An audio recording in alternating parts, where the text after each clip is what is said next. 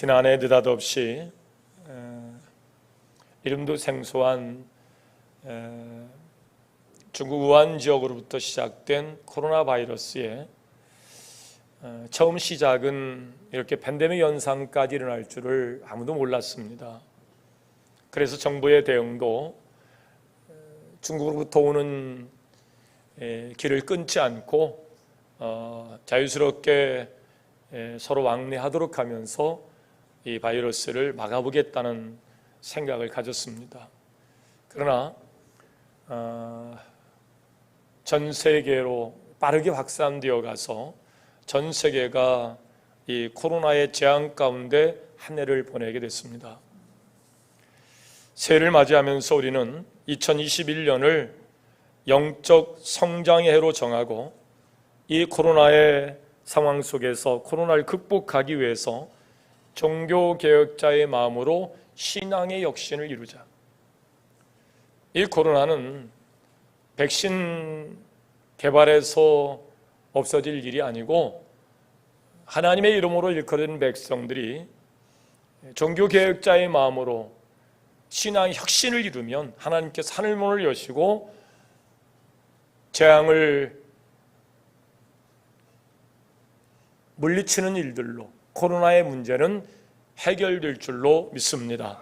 이 신앙의 고백을 가지고 우리가 신앙의 혁신을 이루자라는 이 명령 아래 영적 성장의 기반을 이루기 위해서 말씀 통독을 시작했어요. 지난 목요일에 서울에 있는 후배 목사님 이병재 목사님이라고 저한테 전화가 왔어요. 천안을 지나가는 길에 제가 그 교회 집회 다녀온 지가 꽤 오래됐는데 그 장로님께서 천안에 구윤걸 목사님이 계시지 않아요? 그렇다고.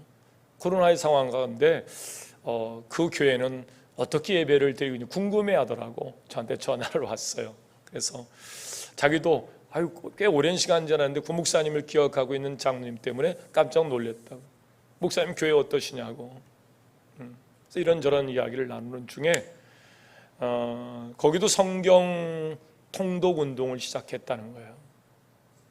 그런데 작년 한 해 우리도 그랬습니다만은 오히려 재정 결산은 거기는 한 7% 정도 더 늘었대요.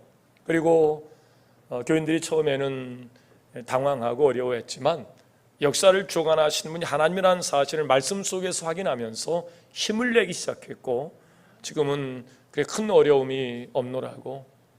서울의 몇몇 교회들이 교회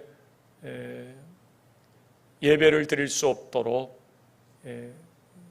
교회가 폐지되는 그런 어려움을 당하기도 했습니다만은 최근에 그 예자연 중심으로 해서 예배를 못 드리게 하는 것은 위헌적 요소에 해당하는 일이다 라고 그 집행 정지가처분을 냈는데 법원이 받아들여져서 예배를 못 드리게 하는 것은 안 된다. 그래서 다시 예배를 드릴 수 있도록 그런 일들도 있었습니다. 우리도 지난 한 해 동안 그리고 우리 상반기 요한복음을 통독하면서 그 말씀 속에 하나님의 역사를 경험하게 되었고 정말 두렵고 어려운 삶이지만 소망을 갖게 되었고 하나님의 위로 속에서 내일을 꿈꾸는 두배붕 전도 축제를 시작하게 된 겁니다. 우리 두배붕 전도 축제를 시작하자 많은 교회에서 지금 교회 구원을 오지 않고 예배 자체를 못 드리는데 무슨 생명구원이고 무슨 전도냐 이런 비아냥 섞인 이야기도 하고 부럽고 놀라운 눈으로 바라보기도 합니다. 그러나 역사는 하나님이 주관하시기에 우리는 내일 지구의 멸망이 온다 할지라도 오늘 사과나무를 심어야 될 줄로 믿습니다. 그것이 사명이에요. 전 바이러스에 대한 기본적인 상식선에서 이해만 조금 가지고 있어도 백신이 개발되고 곧 이런 어둠의 일들이 또 불편하고 고통스러운 일들이 이제 끝날 것이라는 그런 물론 희망이 섞인 이야기를 대통령도 하고 싶죠. 그러나 대통령이 그 말이 끝나기도 무섭게 또 이 변형 바이러스가 우리 어렵게 하잖아요. 1년에 감기로 죽는 사람들이 한 200~300명 정도 됩니다. 많게는 한 700명, 800명 정도로 감기로 죽은 해도 있어요. 코로나로 죽는 일을 생각해 보면 감기 맛도 못한 겁니다.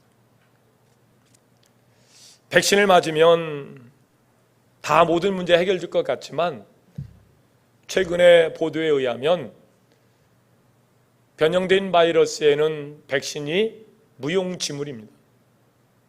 우린 그런 기대를 했어요. 그러나 백신에 대한 기본적인 이해만 가져도 1년에 우리 감기 백신 한 차례씩 맞잖아요. 유효기간이 1년이에요.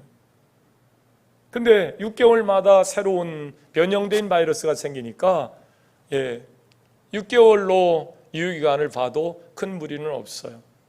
그런데 이번 백신은 변형된 백신에도 영향을 줘서 백신 맞으면 변형된 바이러스에 안 걸린다, 이런 이야기들이 주요 질병관리본부에서도 그랬고 또 정치하는 사람들이 이야기해서 이제 그렇게 소개가 됐어요. 이제는 그런 세상이 오는가 보다. 그래서 미국에서 마스크 벗고 백신 맞았다고 막 700~800명이 파티를 하고, 그런데 거기는 400~500명이 다 바이러스에, 변형된 바이러스에 지금 걸리지 않았습니까? 그러니까 가장 기본적인 상식선에서 바이러스를 이해하면 두려움의 대상도 아니지만 쉽게 생각해서는 더더욱 안 되는 일들이에요. 마스크 잘 쓰시고요. 집에 들어갈 때는 마스크 꼭 문에다가 걸어놓고 들어가세요. 가지고 들어가지 마시고. 그리고 웬만큼 쓰시면 양말이야 뭐 뒤집어 신고 털어 신고 하지만 마스크는 그러시면 안 돼요. 웬만큼 사용하시면 빨리 버리실 때 끈 잘라서 사용할 수 없도록 그렇게 버리시고요. 또 손 꼭 닦으시고, 코가 가렵다 하더라도 그 손으로 아이들 깜빡 잊어버리고 코 가렵다고 만지고 그러면 마스크 쓰는 의미가 없어요. 그래서 시선관리를 철저히 하면 이제 감기만도 못한 치사율에 너무 여러분이 겁내서 모든 일상을 전부 다 코로나 때문에 여러분 하지 못하는 그런 두려움에서 좀 벗어났으면 좋겠어요. 이렇게 저렇게 정부도 정책을 만들어내고 방법을 찾아갑니다만은 참 안타까워요. 우리가 왜냐하면 경제적으로 너무 같이 연관되어 있기 때문에. 실질적으로 정말 위험한 지역은 곳은 지하철이거든요. 지하철에 30분, 40분, 1시간 이상씩 그거 타고 통근하는 사람들 많아요. 아침 저녁으로. 그 안에 밀폐된 공간에서 막 이 비집어 가지고 말이죠. 들어가서 그 불편한 가운데 그런 공간이 훨씬 더 위험한데 저는 한 번도 지하철의 위험성을 정부와 질본에서 얘기하는 걸 들어본 적이 없어요. 이렇게 줄 맞춰서 거리를 떼고 또 몇 부저로 나눠서 예배를 드리는 이 공간이 위험할까? 오빠 환호하면서 비말을 튀기면서 소리치고 환호하는 공연장이 더 위험할까? 누구보다도 바이러스에 대한 이해를 잘 가지고 계신 분들이 좀 아실 텐데도 불구하고 교회를 피로시설로 보지 않고 오히려 적폐시설로 보기 때문에 주는 어려움들, 여기에 여러분 담대한 마음을 가지시고 역사를 주관하신 분이 하나님이시고 생사옥의 주권을 하나님이 가지고 계시기에 그분께 여러분의 삶을 의탁드리면서 여러분이 예배자로 서는 일을 두려워하지 않기를 주의 이름으로 축원합니다. 오늘 3주에 걸쳐서 신앙의 혁신이라는 제목으로 말씀을 함께 나누고 있는데요, 지난 2주일 함께 나눴던 말씀을 다시 한번 생각해 보면서 은혜를 나누도록 하겠습니다. 신앙의 혁신은 반드시 필요해요.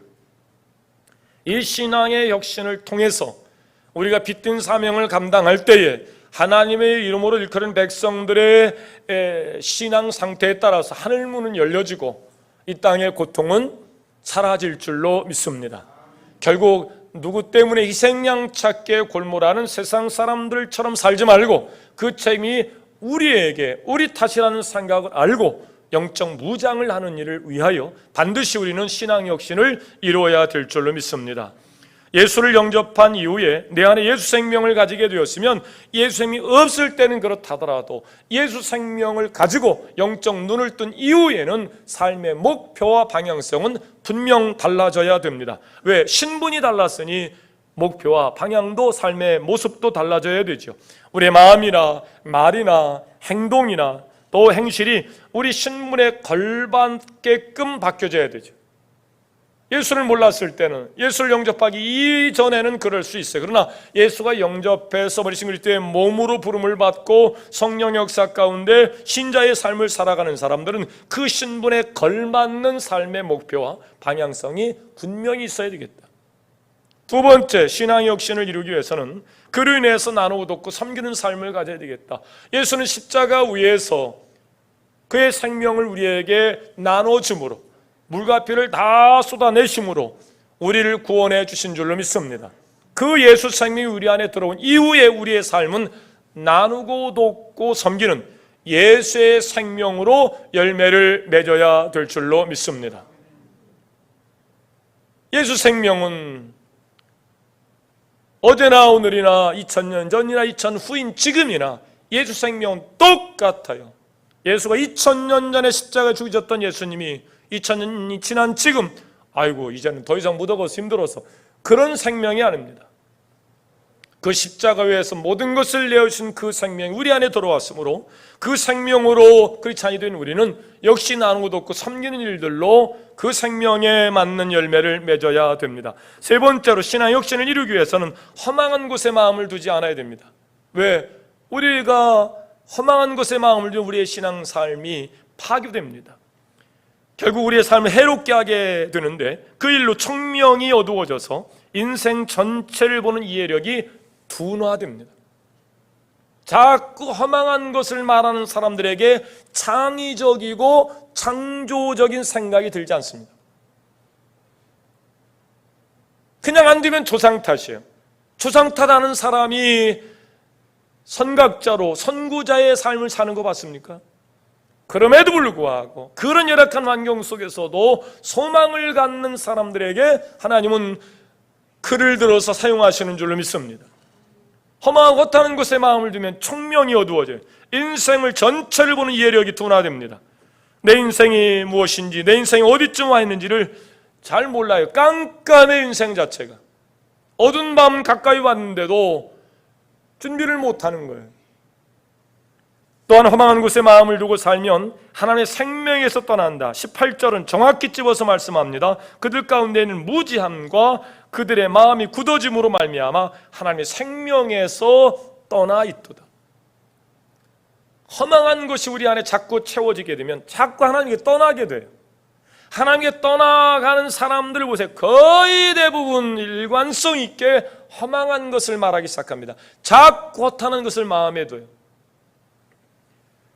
신앙의 혁신을 이루기 위해서 네 번째, 심령의 물갈이가 되어야 되는데 우리의 몸과 영은 항상 모든 것을 담는 그릇이에요. 항상 무엇인가를 담고 있습니다. 그리고 그 담고 있는 것에 따라서 영향을 받습니다. 물을 담고 있으면 우리가 물그릇이라고 그러죠. 국을 담고 있으면 국그릇이요, 밥을 담고 있으면 밥그릇이듯이 우리 영혼에 무엇을 담고 있는 것인가에 따라서 우리의 삶은 좌우됩니다. 그러니까 심령으로 새롭게 된다는 것은 내 심령의 그릇에 채워져 있는 것들을 빨리 엎어버리고 벗어버리고 새로운 것으로 채워져야 된다는 그런 얘기입니다. 21절의 해답입니다. 진리로 채워져야 될 줄로 믿습니다. 진리로 물갈이를 해야 돼요. 진리를 담고 비진리를 내 심령의 그릇에서 엎어버려야 돼요. 진리가 아닌 것에, 길이 아닌 것에, 생명이 아닌 것에 마음을 두고 거기에 몰입했던 일들을 이제는 물갈이해야 됩니다. 신앙의 혁신을 이루기 위해서 다섯 번째로 옛사람의 생각을 버리고 새사람을 입어야 되는데 옛사람을 벗는다는 것이 뭡니까? 옛사람의 단면을 두 가지로 말씀드리면 하나는 유혹의 욕심을 따라 사는 것과 썩어져가는 구습을 쫓아가는 일들이에요. 유혹의 욕심을 따르면 바로 죄와 연결됩니다. 사단이 우리를 넘어뜨리려고 수단과 방법을 가리지 아니하고 보게 하고 듣게 하는 것으로 우리의 삶을 미혹합니다. 그리고 우리 안에서 모르면 괜찮은데 깨달아져요. 저 사단이 우리를 유혹하는 것이구나. 선악과 먹지 말라고 했는데 하나님이 먹지 말라고 그랬는데, 근데 그럴듯하게 우리를 유혹합니다. 우리 안의 죄성이 그 유혹에 반응하면요, 밥을 주면서 종을 치면서 그렇게 길러졌던 이 동물들이 종만 쳐도 막 침샘에서 침이 쏟아져 나온다는 거예요. 이 선악과의 유혹에 넘어갔던 일들로 사단이 유혹하면 우리 안에서 이 죄성이요 막 반응을 해요. 그리고 지남철처럼 철커덕 붙어버리면 우리가 어디로 끌려가느냐, 낚싯바늘에 의해서 끌려가듯이 죄악의 낭떠러지로 끌려가요. 꼭 손수레가 그렇게 브레이크 없이 그렇게 내리막길로 직진하는 것 같이 가속이 붙기 시작합니다. 그러면 이제는 내모로 멈출 수 없어요. 죄의 내성이 생겨요. 이왕 내려버린 거 이런 생각에 의해서 결국 그 인생이 자꾸 망가져가는데 브레이크가 없어요. 아예 습관처럼 굳어지고 맙니다. 이것이 바로 썩어져가는 구습입니다. 성경은 이 옛 생활에서 벗어버리라는 거예요. 옷 같으면 에라이, 나를 망하고 내 후손들을 망하게 하는 이 구습을 벗어버리겠다, 확 벗어버리면 될 텐데 이게 벗고 싶어도 벗어지지 않는 거예요. 생각이 바뀌고 행동이 바뀌고 습관이 되어서 인생이 바뀌어야 되는데 그게 생각을 바꾸는 일이 여간 어렵지 않아서 애굽에서 나온 광야 백성들이 99.9%가 광야의 생각을 못 바꿔서 거기서 전부 다 죽어요. 20세 미만과 40년 동안 새로 태어난 사람들만이 새로운 가치관과 세관을 가지고 젖과 꿀인 가나안 땅에 들어갈 수 있었던 겁니다. 그러면 이 문제는 우리가 어떻게 이 문제를 해결할 수 있을까? 우리가 스스로 해결할 수 있는 문제가 아니기에 그럼 우리 할 일은 무엇일까? 나 자신을 하나님의 역사 위에, 하나님의 섭리 위에, 하나님의 작업대 위에 갖다 놓는 것입니다. 24절 말씀이에요. 하나님을 따라. 아니라고 귀를 털고 돌아앉을 것이 아니고 하나님의 역사를 따라. 그것은 나 자신 하나님을 따르는 그 자리에 갖다 놓는 거예요. 새 사람을 입는 자리, 하나님을 따르는 자리, 의도적으로 나를 그곳에 억지로 갖다 놓는 거예요. 예수 생명을 얻은 자가 썩어져가는 구습에 육의 욕심을 따라 술집에 갔다, 노름판에 갔다, 죄악의 자리에 갖다 나를 내려놓을 수는 없는 거예요. 하나님의 작업대 위에 갖다 놓는 겁니다. 새 사람을 힘입는 자리, 하나님을 따르는 자리, 의도적으로 나를 갖다 놓으면 변화가 일어나게 되는데 그 자리, 그럼 여러분 임마누엘 교회에 그러시면 됩니다. 그 자리가 어디라고요? 여러분 선택을 정말 잘하신 겁니다. 예수 그리스도를 통해서 우리는 심령골수 관제를 쪼개고도 남음 있는 하나님의 역사 안에서 우리 심령은 변화될 줄로 믿습니다. 기도의 땀이 뿌려지는 자리에 우리를 갖다 올려놓는 겁니다. 찬양이 울려나는 자리에 우리를 갖다 올려놓는 겁니다. 말씀의 진리가 기쁨이 넘치는 그 자리에 임마누엘 교회에 여러분을 갖다 놓으시면 하나님이 고치실 줄로 믿습니다. 신앙이 역시는 그렇게 시작이 되어가는 것입니다. 나를 어디에다 갖다 놓는가? 내 심령의 물갈이를 해야 됩니다. 진리 예수 그리스도를 쫓아가는 거예요.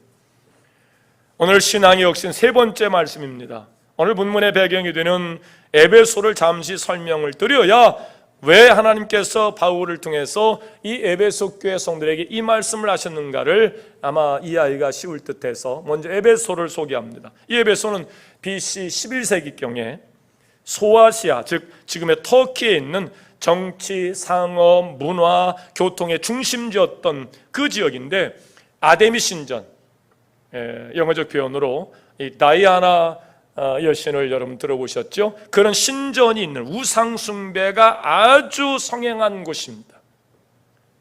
사람들이 많이 오가고 또 돈이 많이 돌고 종교성에서 우상 숭배가 성행해야 되고, 지금도 에베소를 방문해 보면 약 25,000명 이상 수용이 가능한 원형 경기장, 예전에 음악 땅으로 사용도 됐고요.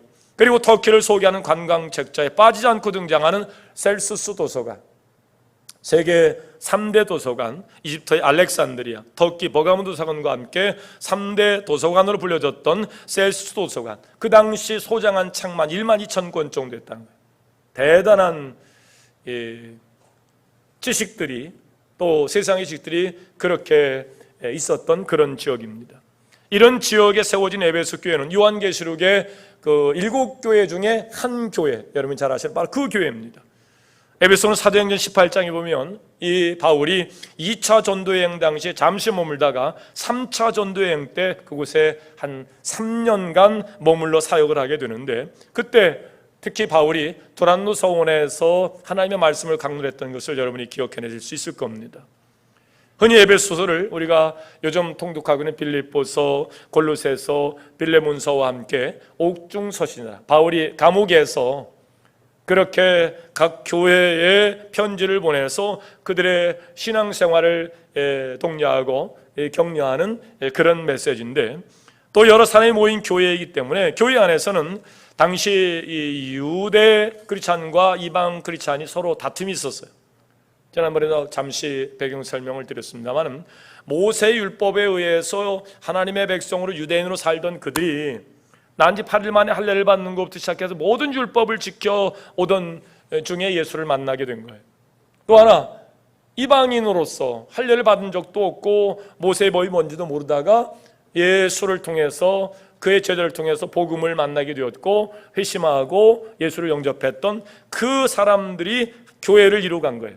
그러니까 난지 8일 만에 할례를 받으며 율법을 지켰던 유대인들에게 있어서는 이방인들의 신앙생활이 판단이 되는 겁니다.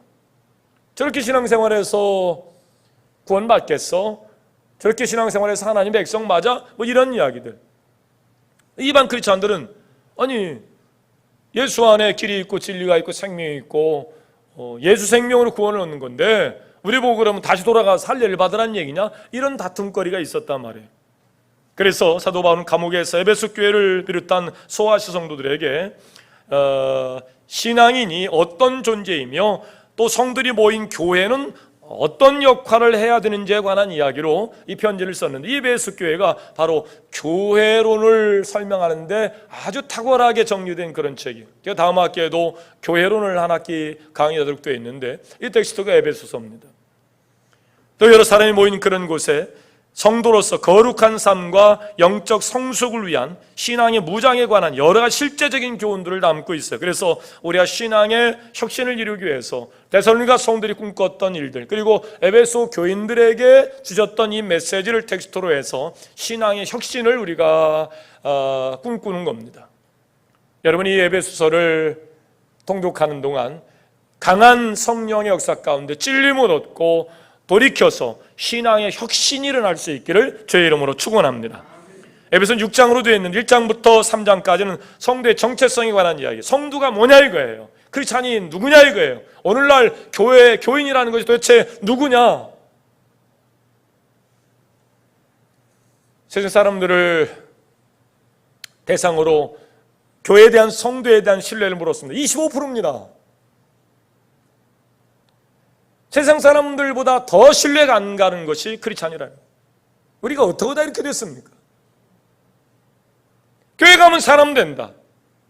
교회를 통해서 한국이 개혁되어지고 세신되어지고 금주금연을 통해서 근대화의 그 사명을 감당했던 우리 크리스찬이 어떻게 다 이렇게 됐냐 말이에요.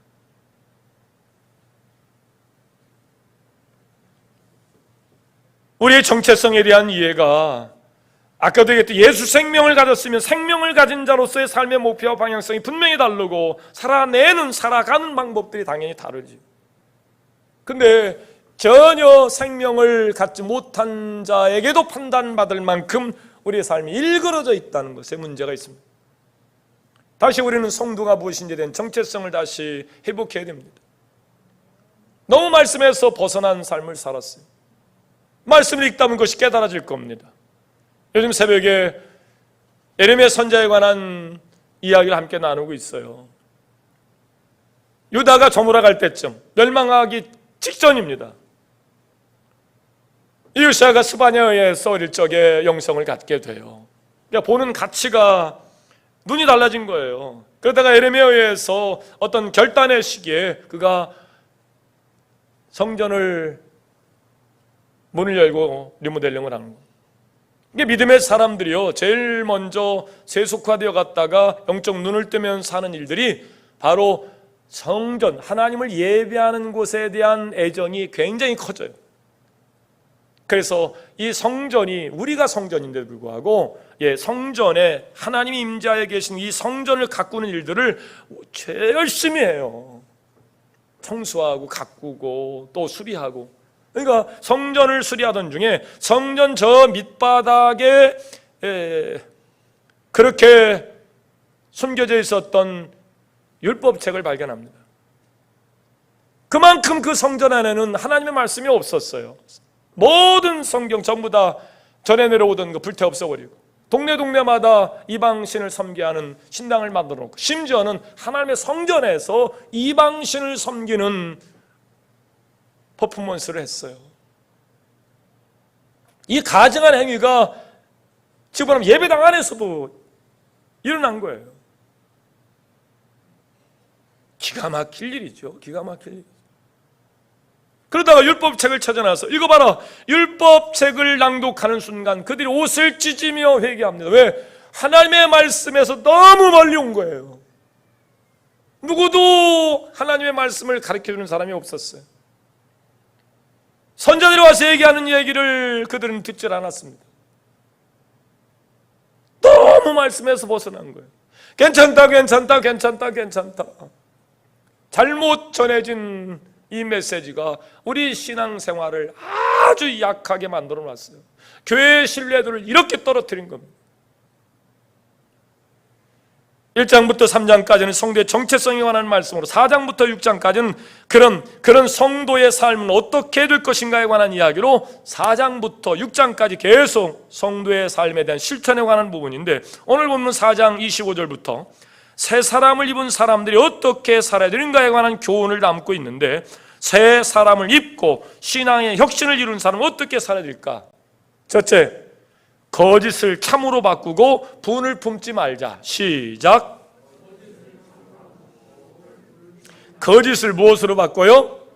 참을 거짓으로 바꾸는 삶이 아니고 거짓을 참으로 바꿔야 돼요. 얼마나 교회가 타락했길래 강대성에서도 참을 거짓으로 바꿔 말하고, 사단의 통로로 사용되는 분이 막 교회 안에서 일어나고, 이거는요 도저히 살아계신 하나님, 불꽃 같은 눈동자로 역사하신 하나님을 모신 교회에서는 있을 수 없는 일이에요. 아무리 두터운 인간관계라도 거짓이 들어가면 그 공동체는 깨집니다. 옹벽같이 그냥 찰떡궁합으로 만나서 우리는 하나요 그렇게 노래를 부르며 살았던 부부간에도요, 거짓이 들어가면 부부관계가 깨집니다.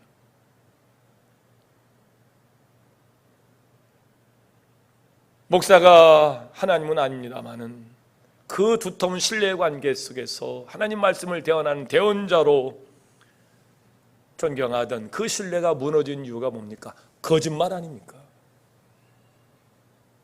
자꾸 거짓말하니까요 그 신뢰가 깨지는 거예요.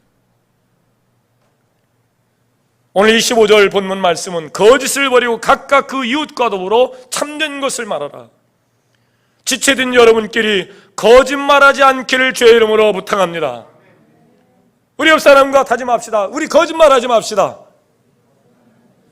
거짓말하지, 지체들끼리 거짓말하면 안 돼요. 머리친 그리스도의 지체끼리 모여서 거짓말하면 머리친 주님이 욕먹습니다. 교회가 이렇게 신뢰가 떨어진 이유는 지체끼리 거짓말하기 때문에 그래요.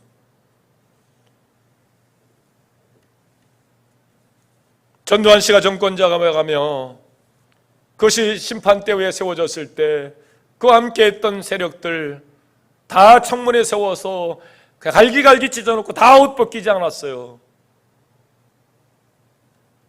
그때 크리스찬들이 많이 나왔어요.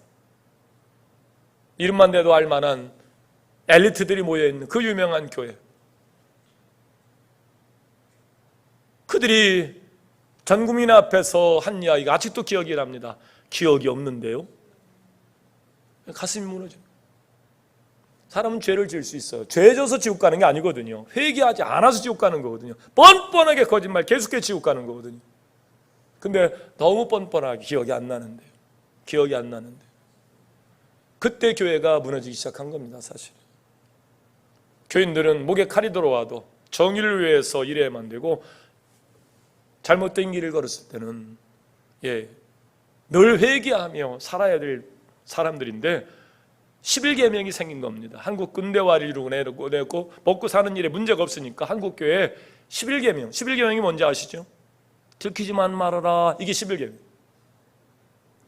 왜 들키면 크리스찬으로서 오명이 생기니까요. 아니 저 사람은 말이요 이게 죄라는데 이러고도 장로요 이러고도 교인이요. 그러니까 들키지 않는 죄를 지키기 시작한 겁니다. 27절을 보세요. 이 분은 마귀의 보금자리 역할을 하는데요. 마귀는 우리가 분을 내는 순간 그 순간을 놓치지 않고 그 틈으로 우리에게 들어와서 죄의 열매를 맺게 하는데 그래서 성경은 27절입니다. 함께 합니다. 시작. 뭐를 주지 말라고요? 마귀는 틈을 타고 들어온 습성이 있어요. 틈을 내주지 말아요. 우리가 분을 품는 순간 분은 마귀의 보금자리. 아이고 내가 살기에 딱 좋은 지역이네, 좋은 사람이네. 분을 품는 순간 여러분 분을 품고 이성을 잃어버리고 할 때 보세요. 또 그 눈빛이 성령의 역사가 아닙니다. 사단이 그 틈을 타고 들어오는. 옛사람을 벗고 새사람을 입었다면 손을 바로 사용해야 됩니다. 거짓이 우리 안에서 역사할 수 없도록 분을 품어서 사단의 보금자료 사용할 수 없도록 우리가 옛사람을 벗어버리고 새사람으로 힘을 얻었다면 둘째, 손을 도둑질의 도구로 사용하지 마시기를 주의 이름으로 당부를 드립니다. 손을 무슨 도구로 사용하지 말라고요? 도둑질의 도구로 사용하시면 안 됩니다. 이 세상에 남의 물건에 탐을 내보지 않은 사람이 어디 있습니까? 나만 탐만 내봤나 보네. 세상에 남의 물건을 도둑질하지 않은 사람이 어디 있습니까? 나만 도둑질했나 보네. 아주 작은 것 하나라도 우리 모두는 이 도둑질의 경험이 있어요. 제 둘째 애가 유치원을 다닐 때 가방에서 뭘 꺼내더니 요만한 레고 블록 그걸 가지고 슝 뭐 이러고 다니는 거예요. 그 집에 사준 것도 아니거든요. 집에 없었던 거거든요. 가만히 생각해보니까 이 어린이집에서 가져온 것 같아요. 야, 안 되겠다. 어린 선생님한테 편지를 썼어요. 상처받지 않도록 지혜롭게 이 버릇을 고쳐줘야 된다. 갖고 놀던 거 가방에다 내 거라고 생각해서 선생님 내버려두면 바늘도도 소도둑 될 것 아니에요. 아이들이 부르는 동요가 있어요. 나는 콩, 나는 콩. 예전에 너도 많이 불러봤지? 콩콩 뛰어서 엄마 입으로 쏙, 아빠 입으로 쏙 그러면 막 웃고 깔깔대 그런 동요. 선생님이 그 장난감을 붙잡고 나는 콩, 나는 콩, 콩콩 뛰어서 성민이 가방으로 들어갔네? 이게 왜 여기 있어? 개의 욕심에서 도둑질이 아니고 그 물건이 들어가 버렸네? 갖다 놓고 그 아이를 지혜롭게 상처 안 받게끔 아주 작은 것 하나라도 꼭 눈에 보이는 물건을 훔치는 것만이 도둑질이 아니고 부정으로 나라의 물건이나 돈을 사용하는 것은 분명 도둑입니다. 눈먼 돈이라고. 눈먼 돈이라고. 신청만 하면 나와? 눈먼 돈이야. 가서 들어눕기만 하면 돈 나와? 보험. 이거 적어도 크리스찬들은 달라야 됩니다. 정말 달라야 됩니다. 아내가 얼마 전에 사고를 냈어요. 교통사고. 여기 저 샛길로 가다가 저 단대 병원에서 톨게이트 쪽으로 나가는 골로 들어가야 되는데 앞에 차가 머뭇거리고 1차선으로 들어가려고 하니까 저기 차선이 두 개니까 2차선 뚫고 1차선으로 가다가 차가 이게 계속 오니까 아내는 이제 우측으로 그 차를 빠져나가 우측으로 이렇게 나가려고 우측으로 갔어요. 그랬더니 이 차가 가려다가 획 돌아가지고 이 사람 차를 받았어요. 사무차는 서 있었고 그 차는 이동해서 짚고 쭉 가서 앞에 반바가 가보니까 뚝 떨어져 버렸어요. 경찰에 신고를 했어요. 경찰이 와서 서로 뭐 이견 없지요? 예, 그분이 블랙박스를 보고 아유 제가 못 봤네, 잘못했습니다. 그래서 이견 없습니다. 그러면 이제 보험사 오면 해결하시고 그렇게 경찰이 갔어요. 그러고 이제 사고가 뭐 그쪽이 잘못했다고 그러고 잘못했으니 그런 줄 알았어요. 연락이 왔어요. 7대3이고 우리가 7 잘못했고 그가 3 잘못했다는 거죠. 아니, 무슨 일이 이러냐. 여기 서 있어. 그 사람이 와서 받았는데.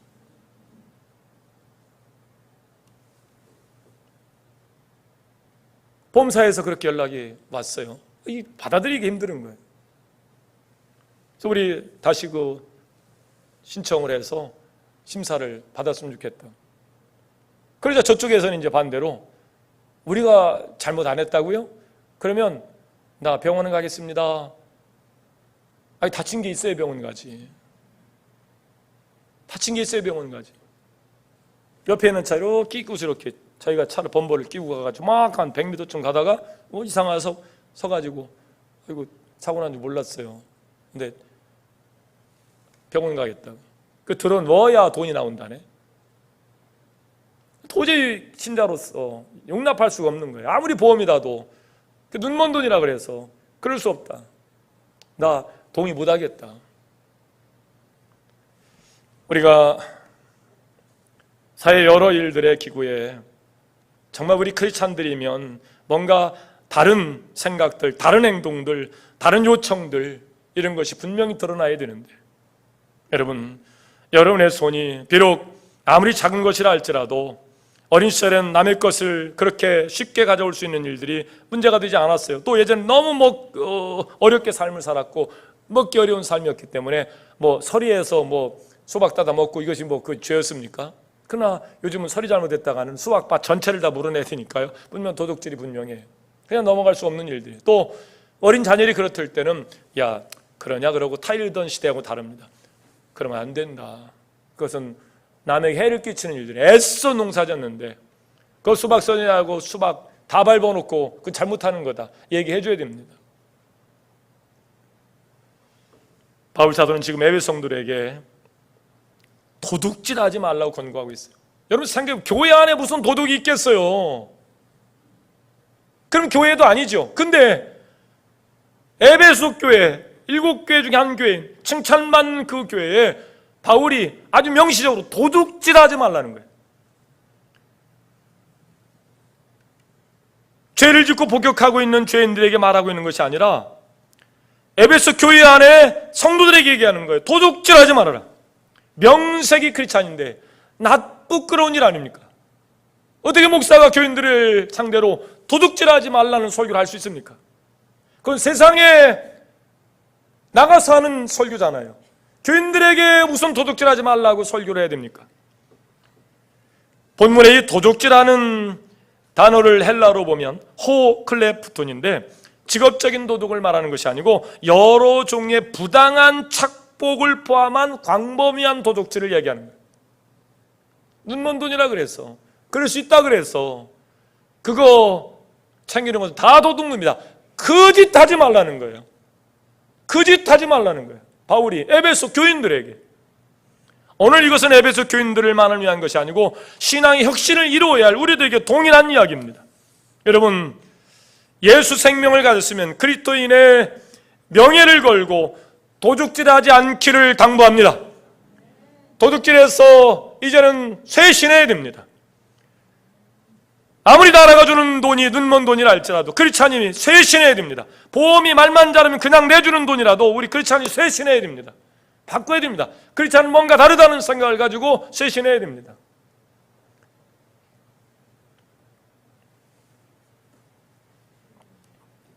지난번에 국가지원금 나왔을 때 아주 애들한테 엄청 원망받았습니다. 아내가 설명을 하더라고요. 그거 니들이 다 나중에 갚아야 될 돈이야. 주는 돈이라도 팍팍 쓰지 말고. 아빠가 그런 뜻이야. 이해를 하고 이제 받아들였어요. 이번에 또 2차 지원금 또 뭐 나오지요? 예, 뭐 이렇게 해서 뭐 얼마 하면 나온다. 보니까 저도 받게 되겠더라고요. 아내가 슬슬 요즘 저를 유혹합니다. 받아서 좋은 데 쓰시면 안 될까요? 예. 예.